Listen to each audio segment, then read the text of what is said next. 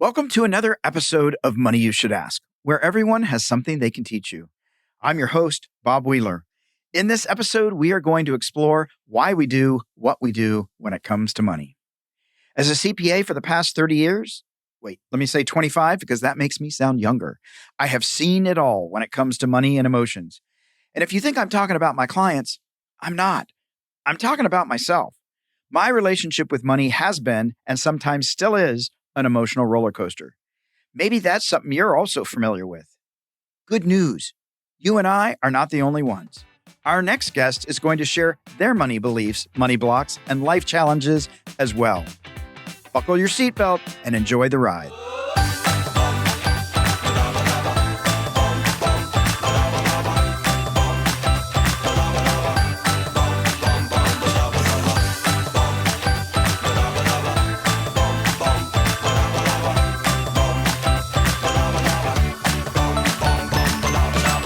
Our next guest, Michael Dominguez, is an award-winning sales representative, a member of RE/MAX Hall of Fame, and the founder of Doors to Wealth Real Estate Group, a team of realtors focused on educating and assisting people in investment real estate.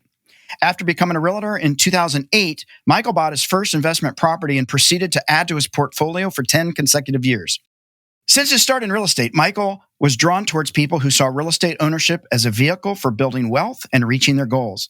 Many of his current and former clients were able to quit their full-time jobs to do more of what they want to do and seek their passions. As an investor realtor, Michael discovered a real passion for helping others build their wealth so they can experience the choices and financial freedom they desire. Michael, welcome to the show. And I forgot to mention you also have a book. Yes. Called The Armchair Real Estate Millionaire. Thank you so much for having me, Bob. I'm really looking forward to sitting down and chatting today. Well, I'm excited to talk about real estate because I think there's a lot of myths and misconceptions. And so that brings up a lot of emotions for people. And I love talking about money and emotions because it can be a roller coaster ride when we're dealing with our finances. And real estate is no different. Now, one of the things I always like to ask people, though, in the beginning is, where did you see yourself when you were a kid? I know in high school you said it was the typical stuff, but like when you were 6, 7 years old, and I assume living at home with a parent or two, did you have any siblings? What did you want to do? And then what was the environment like that you grew up in? Yeah, my dad was self-employed. He was an appliance repairman, and they had a small independent business. And so I was always like not knowing it, but I was always around sort of a little bit of an entrepreneurial mindset. And my uncle, he was, if we want to use the Robert Kiyosaki mindset, he was truly the rich dad. He was a very successful entrepreneur. Not that my dad was poor dad, but it was certainly he was the rich dad. So from an early age, I was given a lot of life lessons for running your own business and being an entrepreneur and becoming wealthy. And if anybody ever remembers the TV show Family Ties, I was like a little Alex P. Keaton, where I was I wasn't necessarily walking around in a suit and tie, but I did have a briefcase, which is pretty lame enough. So that was me at an early age. And so it was funny. I was very entrepreneurial in my younger preteen and teenage years, and I kind of lost it later on. And I guess we'll talk more about that later on. But yeah, I had a lot of positive upbringing as far as education early on. That's awesome. And you didn't necessarily know you're going to go into real estate. You just knew you wanted to be an entrepreneur, right? Well, yeah, exactly. And, it's funny when you're 16 years old or 15 years old and people ask you what you want to be when you grow up. And, people say they want to be a policeman and a fireman. I was the smarmy little kid that I said, I want to be a millionaire. and that's what I would tell. And I didn't know how I was going to do it. I thought I'd run my own business and such like that.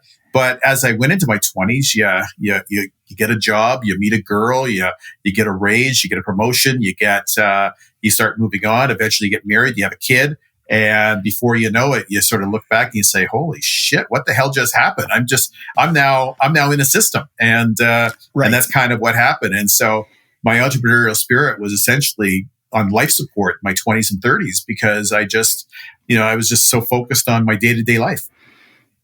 Well, now, one of the things you talk about, you mentioned that nobody ever mistook you for being the smartest kid in the class, right? And the reason I say that is for a couple of reasons. One, there are people out there that may say, I'm not the smartest person, therefore I can't do anything, right? I'm not qualified because I'm not the smartest. But what that statement also doesn't say is, I might have been the funnest person in the class. I might have had the most experiences in the class, right? There's sometimes I think we measure that if we're the smartest person in the class, that everything is just categorically easier. And I don't think that's true. And so I was intrigued by that piece of not being the smartest kid in class, because there are so many other things that you can be, and that doesn't negate any of those other things. Absolutely. I was a believer of C's get degrees kind of mindset. And, and it's funny how we in the education system early on, everyone's measured by a certain set of criteria. But in actual fact, a lot of the most successful business people were not necessarily strong in school, and they don't necessarily have that full skill set. As I got older, I began to learn that I didn't need to have a general knowledge on all sorts of things, which is ideal in the school setting. But if I had a really good skill set in one or two things and then did that well, I could become very successful and make a lot of money that way. So what I've actually done is all the things that I don't do well, and that's a big, long list, I have other people do it for me. And I just focus on what I'm really good at. I'm the surgeon in terms of the investing world. And I focus on just the actual surgery itself, essentially, and I do what needs to be done, and it really makes a huge difference in my fortunes.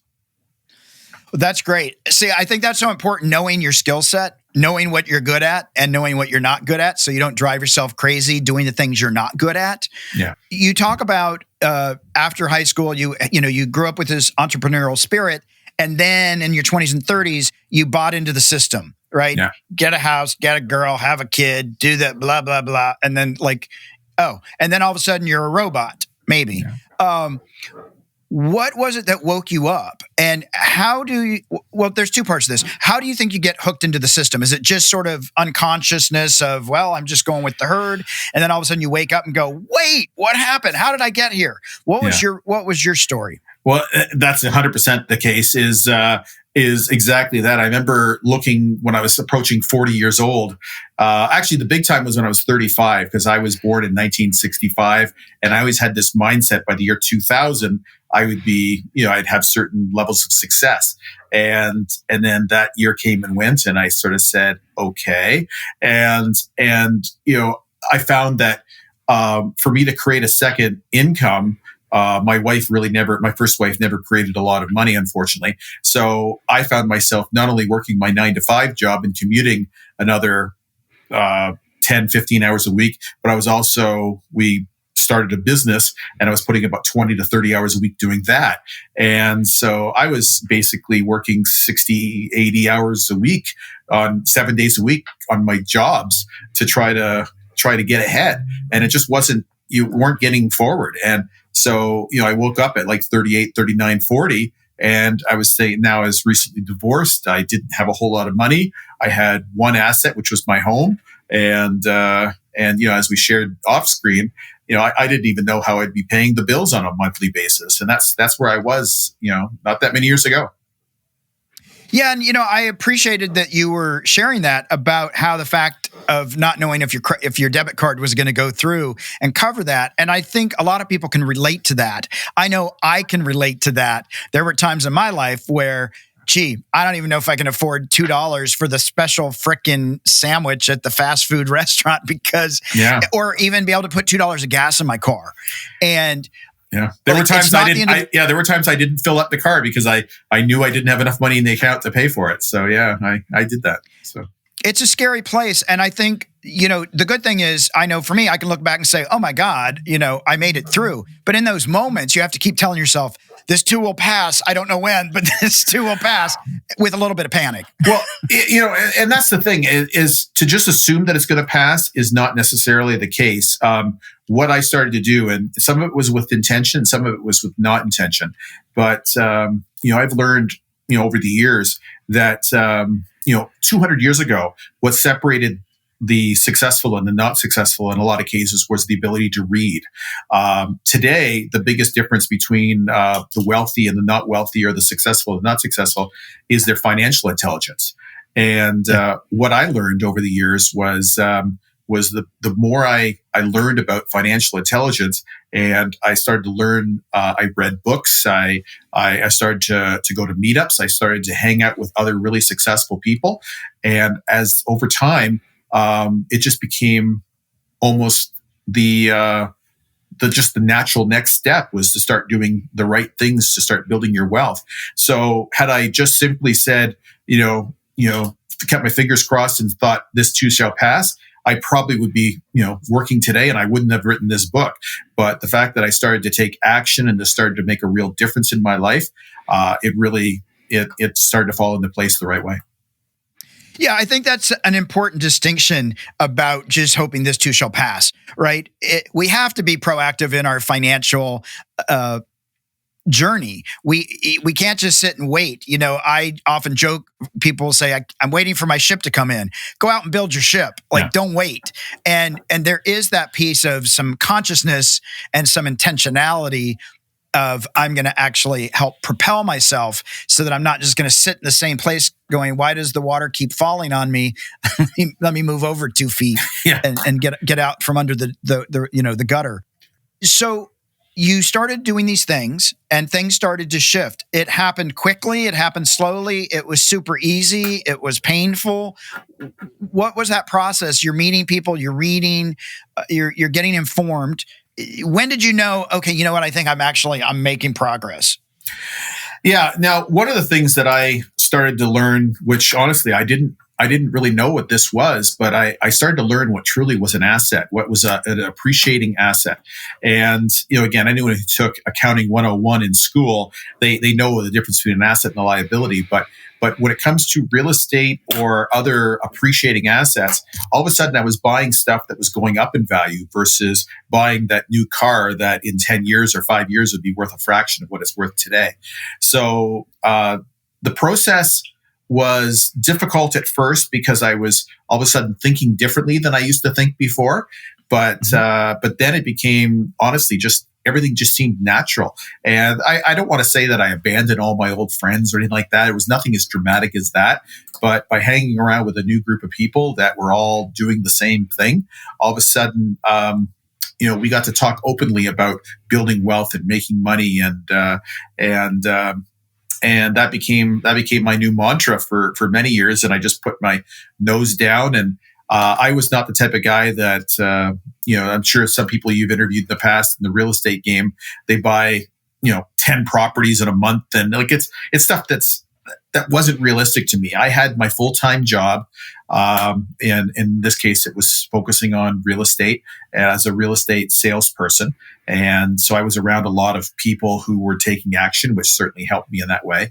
But once a year or once every other year, in some cases, I was buying a property and just moving forward and adding an asset. Because they were appreciating assets in a good market, I was able to refinance those properties and use that to buy another one. And it just kept growing and growing and growing.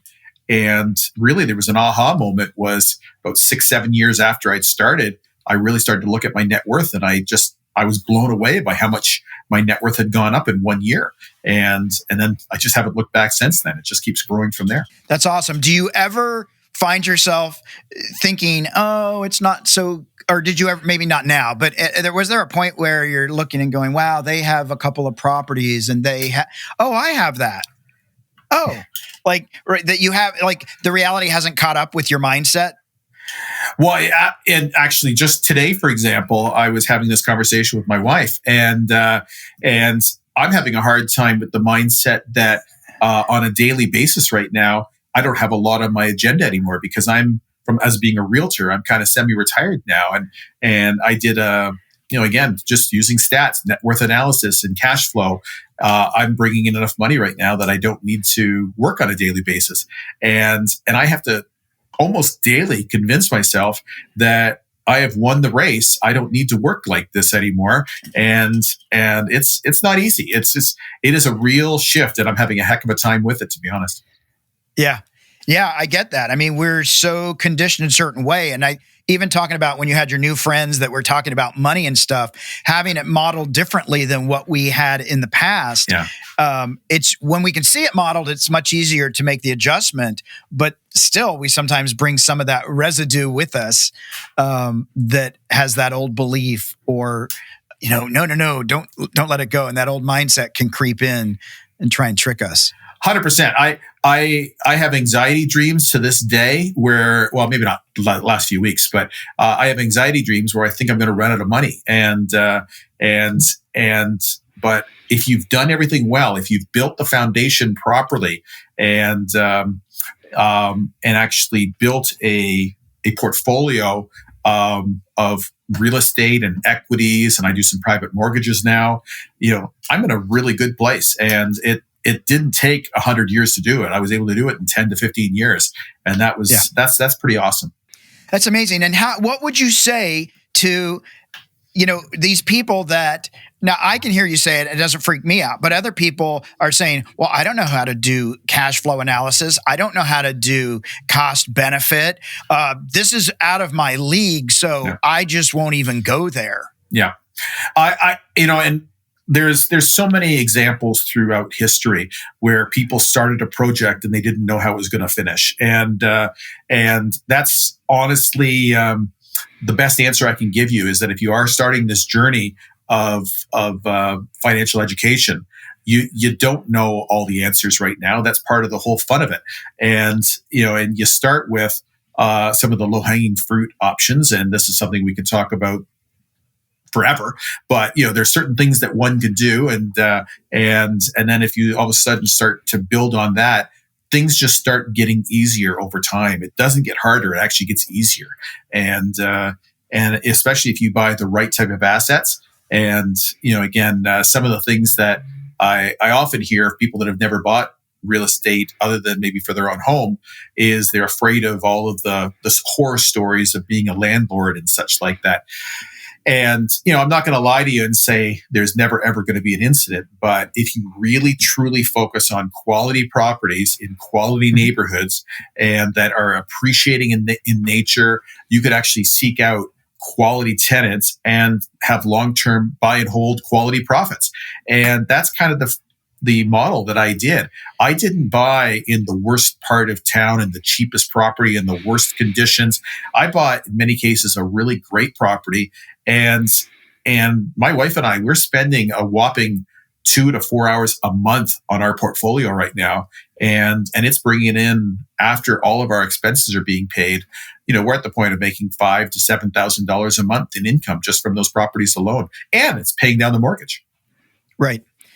And what about though the people that say, well, I've got to put 20% down, or I've got to put 30% down, and I don't, Los Angeles, Toronto, these different places, Vancouver, it's expensive real estate. Yeah. So how do you get in? So let's use LA as an example, since that's your hometown. Yeah. And I love California. California does have some very strict landlord-tenant rules, but that doesn't necessarily mean you can't invest there.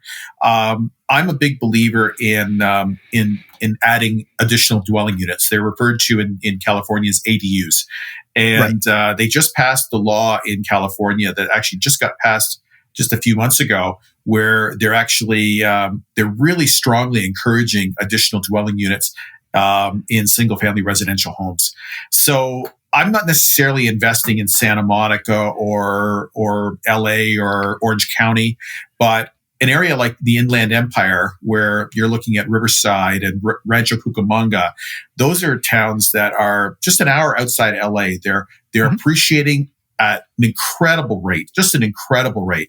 And the reason why they're appreciating is because the population is growing. It's some of the fastest growing cities in all of the United States right now is those towns. And they're also getting improved transit as well, which is really good to see. And so investing in a market like that and taking a single family home and adding a second or third unit onto it, those properties are going to cover themselves, and they're going to be strong cash flow properties. You find a property that's maybe between 30 and 60 years old, so it doesn't have the oldest wiring possible. And you find it on a nice quality street where if you took your DeLorean time machine 20 years in the future, it's going to be a quality street in 20 years too. That's the kind of, and then you find a tenant who's going to appreciate that kind of stuff. You can choose someone with a better credit score, with a better income source, and that's how you can move forward with that. As far as the down payment, that's a challenge. I'm not going to lie to you; it's definitely a challenge. What I did is it wasn't like I was a multi-millionaire when I started this process. I had a house that had pretty much no debt on it, and I was able to do a home equity line of credit on it. And so that was how I was able to obtain the 20% down.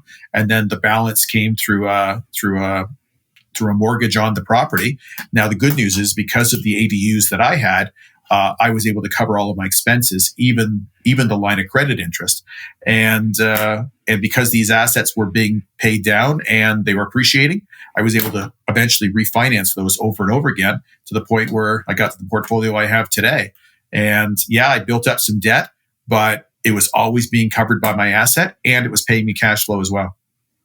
Yeah, that's a smart way to go.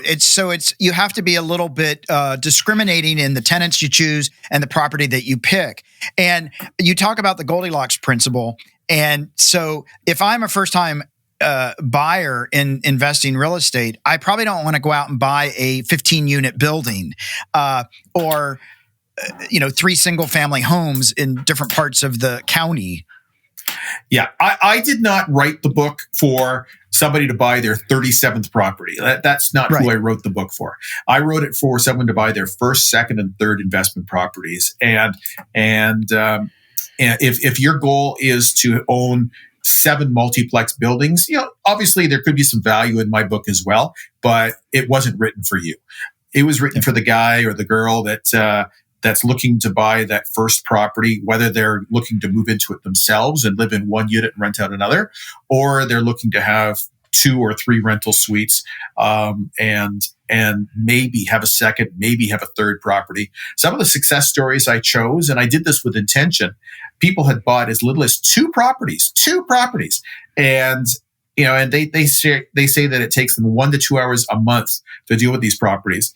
And it's given them a 7-figure net worth as a result of those 2 properties with some time. That's a lot better than a lottery guess, sort of thing. Absolutely. Well, it's interesting. I sort of came to the same conclusion that you did about multi-units, but in a different way. So I work with a lot of entertainment people. And so, a client would get a TV show, they'd be starring on a TV show and I want to go buy a house. And I'd say, don't buy a house. Buy Rich Dad, Poor Dad. Don't buy a house. That's just going to be debt and you might lose the TV show. How about buy a duplex or a triplex so that you've got 2 other people paying your mortgage? Absolutely. So I was coming from the place of, with my entertainment clients, I didn't know what their financial stability was going to be. And so trying to get them into units where they're sharing the property, at least they don't have a roommate, right? But they've got 2 other people on the property. Now somebody's covering their mortgage. Yeah. And that seemed like, and it was also for people that wanted to get into real estate, having a duplex is a great way to just explore it and see if you even like it. 100%. And if you're living in the property, there are exceptions, of course, but for the most part, you can pick and choose your tenant and you're overseeing it. So there are not a lot of things that typically go wrong. Yeah, we all hear the horror stories and Uncle Joe, tells you not to invest because, his friend once invested and lost a lot of money. But if you go in with a lot of intelligence and buy the right type of property and the right type of tenant profile, it's even during the pandemic, in my clients had between 3 and almost 500 units actually. Now I think about it, and we had almost a 99% tenant payment rate, and it was that good. And we had no vacancies. The rents went up, the prices went up. It was a very good scenario. So, and that was during a pandemic. So for me, I had some properties and I can't pay the rent, Bob. My husband left me and there's this, it's okay. Well, next month. Oh, next month. Yeah. 6 months later, eviction, right? So I have a big S on the top of my head. Sucker. Bob's super nice. Bob's not going to, and so I got myself in a couple situations that I went, oh my God, I'd just rather own land. Right. Because and land is a scarier play because it doesn't appreciate, or it can appreciate, but doesn't cash flow. And, because you're not getting in that monthly income. But no, you are more like me. You need to have someone like my wife who's managing the properties. She's got an HR background and she's a bit of a hard ass, but at the same time, she's fair, but she doesn't put up with bullshit. And if on day 3 or day 2 they haven't paid their rent, they're receiving the first level of the eviction forms. And we tell them straight out, we're going to take care of you. We're not going to let any deferred maintenance happen. But if you don't pay us the rent on the first, we're going to start the eviction process right then and there. And they know it. And so everybody, I don't want to have tenants where, I'm going to do my car payments and pay on my credit card bills. And sorry, I'm not going to pay you rent. But the better the quality of property, and that's the question you asked me, I guess, it is so important, the tenant profile. I actually have refused to buy properties that were probably deemed to be very, very good deals because I didn't think I'd be able to find quality tenants to rent them. And so the people that have made lots of money in this business, in many cases, it's because they've been able to hold on to them for a long period of time. And in my mind, the only way that I can hold on to a property for a long period of time is if it's not a pain in my ass every single week and month and stuff like that. Right. If all of a sudden I go 6 months and I say, geez, I haven't dealt with any of my tenants once in the last 6 months, that's a pretty easy business to run. And that's what I've focused on over the years. And so tenant profile was everything for me.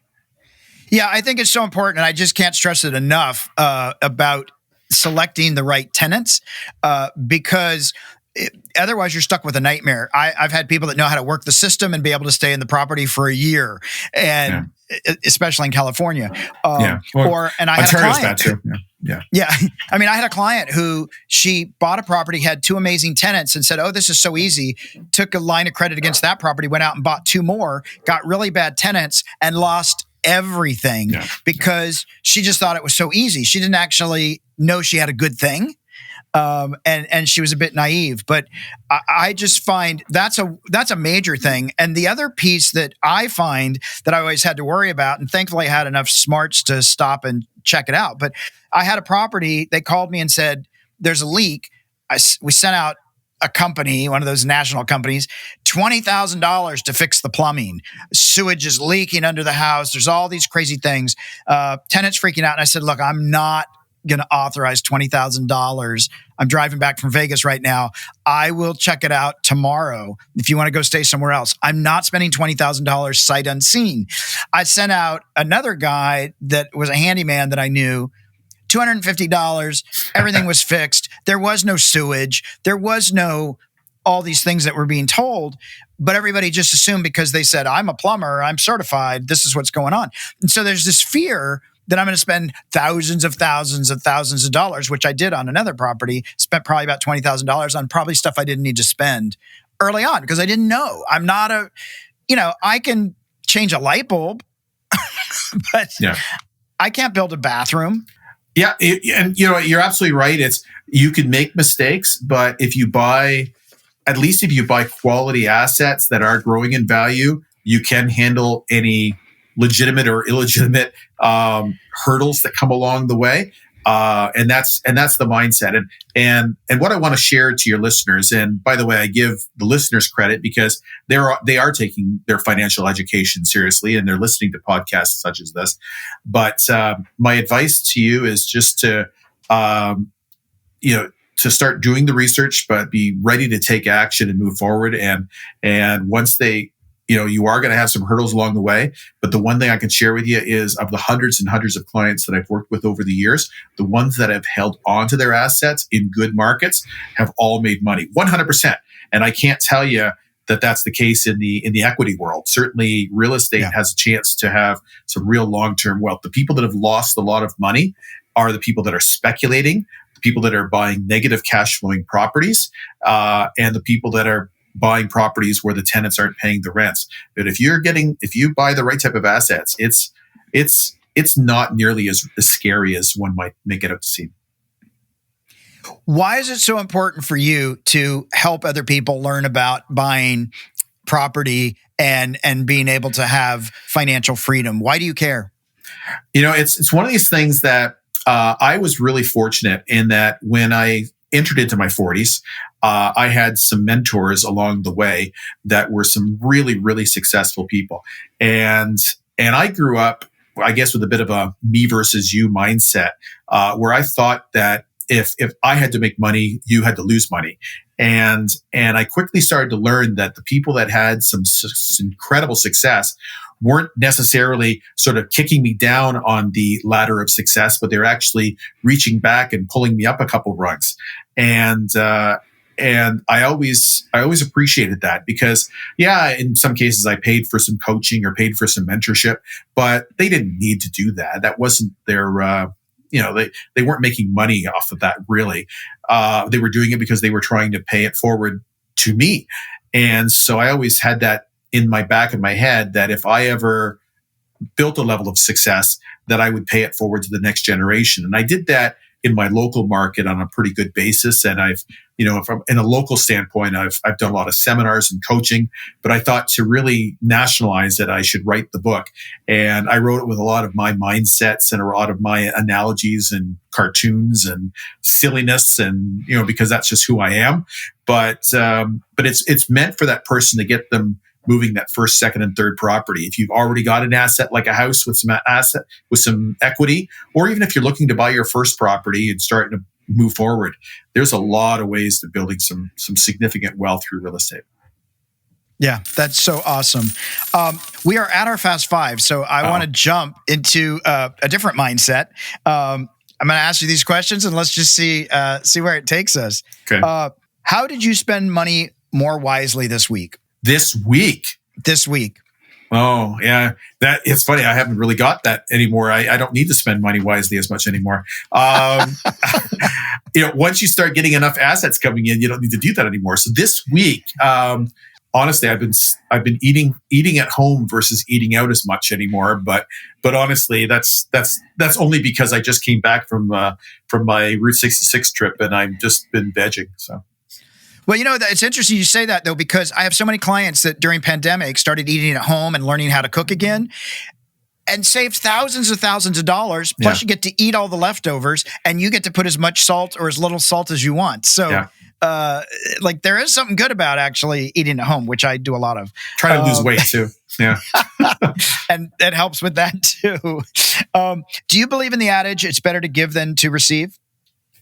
Absolutely. That's the whole point of this this book that I wrote was a form of giving back, and it's one of these things that I probably in my teens and 20s in the me generation I didn't necessarily think that way, but no, I'm really enjoying the idea of giving back.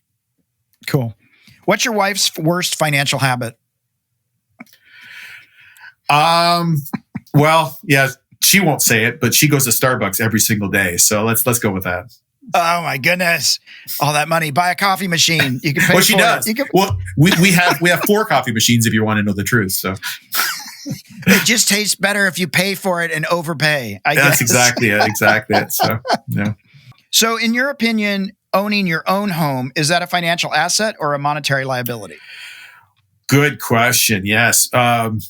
If you listen to Rich Dad, Poor Dad and Robert Kiyosaki's mindset, they would call it a liability because it isn't bringing in normal cash flow. And I accept that as an answer.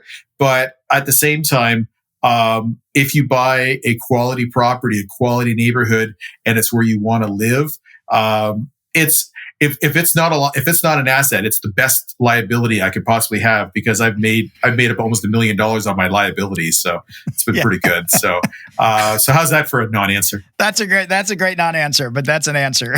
Okay. What does financial success mean to you? Freedom to do what I want to do when I want to do it. Yeah, that's been my mantra in the last little bit. I've been just being able to do what I want, visit who I want, not have to take on tasks and jobs that I don't want to do anymore. Like, honestly, I have a house cleaner that's cleaning right now. Yesterday, the pool was closed by a company, and the day before that, we had a lawn cutter come in and cut our lawn. Like 15 years ago, I couldn't even imagine stuff like that, but that's where my life is now. So, yeah. That's awesome. That's awesome. Well, we're at our M&M moment, our sweet spot for money and motivation. Do you have a practical financial tip or a piece of wealth wisdom you could share with our listeners? Yeah. One of my favorite things I always like to share, and we kind of talked about it already, but people tend to overestimate how much they can accomplish in 1 year, but they tend to underestimate what they can accomplish in 10. This was a quote by Bill Gates, but it's something that really is something I followed for a long time. A lot of people, they want to change their life in like an hour and a half, but in 1 year, you can do some differences. Don't get me wrong. But in many cases, it takes you as much as 10 years to make a real life change. But if you go in now with a 10-year plan, you can make a significant difference. That said, if you sort of say, well, I've got 7 more years in my 10-year plan, you've got to start now if you want to make it happen in 10 years. Yeah, absolutely. And it doesn't mean you might not get there a little bit quicker, but if you don't start working towards it and start taking those steps, and it is so incremental. And I do think, especially in the culture of today, it's trying to get from A to Z, trying to get there with no work without putting in this. You got to put in a little sweat. You got to put in a little equity. You got to get your hands dirty. And make that choice that you're going to see it through, because most people do not have amazing success by just wishing for it and then 3 days later it arrived. Yeah, that's right. Yeah, there's no Amazon Prime when it comes to changing your life. That's for sure. That's right. I'll order that tomorrow. Yeah, exactly. How's that? I should write that quote down. Actually, you should write it down. Write Amazon. It down. That's right. Well, Michael, here's what I really appreciate about what I was hearing today is you don't have to be the smartest kid in the room, but you can go out and get educated and learn about what you don't know. You can find mentors that can help you out. And even though sometimes I think for people, it sounds painful to, like you said, you didn't give up your old friends. You just invited in some new people that created some space for you to see things differently. And I hear this so often about surround sound or who you put in your, at your table, because those are the people that are going to help lift you up. And so I love that you were able to take away that lesson of seeing other people actually lifting people up and realizing you had a me versus them mindset that you were able to shift and really see the power of paying it forward, which I'm a big believer in. And I love that, you don't have to know. You don't have to know how it's going to end, but you still have to step forward to start the journey, because we know if you don't do that, nothing's going to happen. No. You said it way more eloquently than I did, Bob. Thank you. Well, Michael, I so appreciate this. Real estate for me is one of those things that, every time I go through a refi, I get emotional because it's just an emotional thing. They're judging my credit score. They're judging my assets. They're judging all these things. And then they get to decide whether or not I get it, even if I think I deserve it. And so it's emotional. The advice I would give you, Bob, is well, first of all, understand the golden rule: he who has the gold makes the rules. And it's a mindset shift where a lot of these guys are not entrepreneurs themselves. They work in a corporation. They're following their set of rules. So what I learned years ago is sometimes I would get rejected by banks for, and not move forward. But one thing that I would often ask is I said, well, what would have made my application more successful? And in many cases, because I built good relationships, they would tell me. And then I would go to the second lender and I'd ask the same question when they said no. And eventually I got to the point where they'd say yes, because I made some adjustments along the way and was able to move forward. And it sounds crazy, but you just keep going. So you keep pushing forward until you get your yeses. And as long as you don't overextend yourself and put yourself to the point where you can't sleep at night. But I built up, like, if I told somebody, said, oh, I've got $4 or $5 million in mortgage debt, some people would have a coronary, but it built up over time. But if I've got $4 million in mortgage debt, but $10 million in assets to support it, I'm okay with that. And and it cash Exactly. flows every single month. And that's kind of how it happened. And so it all starts with your own principal residence, if that's what you decide to do, or, like you said, buying a duplex or triplex type of property and moving forward. And I've got people that they've built millions by doing it that way and just doing it smart. Yeah, that's awesome. Well, Michael, I so appreciate you coming on, sharing your own personal story and giving us some tips on getting into the real estate market. And I hope people out there listening will go out and buy that first or second home and start seeing some financial freedom. Where can people find you online and on social media and get your book? Yeah, well, I would really like it if you found my book. It's on Amazon. It's called, again, Armchair Real Estate Millionaire. And the mindset is that you don't need to be a hands-on day-to-day investor. You can, from sitting in your armchair, you're sitting in your armchair anyway, so why don't you build your wealth with it is really what this concept is. And my website is armchairrealestatemillionaire.com. And if anybody wants to reach out to me, they can find me on that website at info@armchairrealestatemillionaire.com and reach out.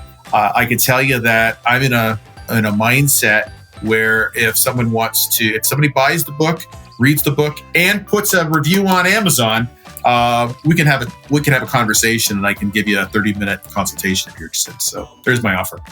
Awesome. So appreciate it. Michael, thank you so much. This has been great, and I hope you enjoy the rest of your week. You too.